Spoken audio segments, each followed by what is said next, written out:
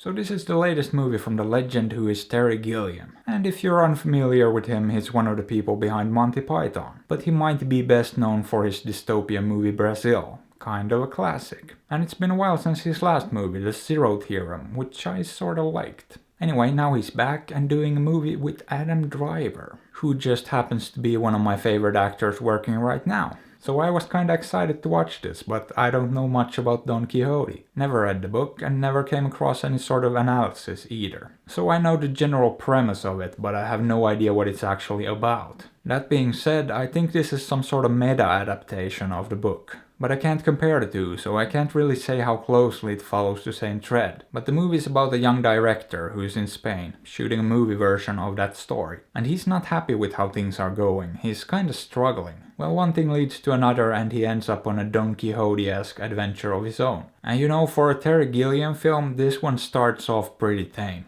Fairly conventional, but it doesn't take that long before you start getting the usual quirkiness and weirdness. The lines between fiction and reality start to blur and it goes off the rails pretty quick. And I gotta say, for the first hour, maybe the first 2/3, I was enjoying it. Especially after Jonathan Pryce shows up. He plays Don Quixote and he embodies him. He's fantastic. Really, really good. He's this deluded old man who imagines all sorts of things and just lives in his own little fantasy. And Adam Driver is the perfect guy to play off of that. Their chemistry is great. And yeah, for a large portion of it I enjoyed it. Thought it was consistently amusing. But then, I'm not sure what happened, but it started losing me at some point. I feel like it sorta lost focus and became a bit aimless or something. It started involving this whole movie making plot from the beginning again, with this crazy Russian guy, and I don't know, it just sorta lost its charm. I mean, this thing is at its best when it's just Jonathan Pryce and Adam Driver. I could have watched the whole movie of just that, but this thing gets a bit convoluted. And I tried to figure out what the message was too, what it's trying to say. But I've got nothing, I just have no idea.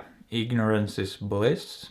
I don't know. What I did notice though was the portrayal of the movie making process. And he's not painting a very pretty picture, there's a lot of frustration there. It doesn't seem like he's a big fan of financiers and studios and all that. But he also seems pretty disillusioned about the whole process and his own creativity. You know, if someone makes a movie about a guy making a movie, that guy is the reflection of him. And yeah, it's pretty clear he's looking back and reminiscing on simpler times. Back in the day when he could just get a small crew together and make something pure and creative. But now he's stuck, doesn't know what to do, and he's got all these people breathing down his neck. And if you look at his early work with Monty Python, it's simple, it's low budget, it's brilliant. Everyone pretty much loves it, but his recent stuff, it's a lot more elaborate, but hasn't been received that well. I don't know, maybe I'm reading too much into it, but I don't think I am. I think this is a film about filmmaking, the creative process and the frustrations that come with it. And in no subtle way is he saying that it's driving him nuts.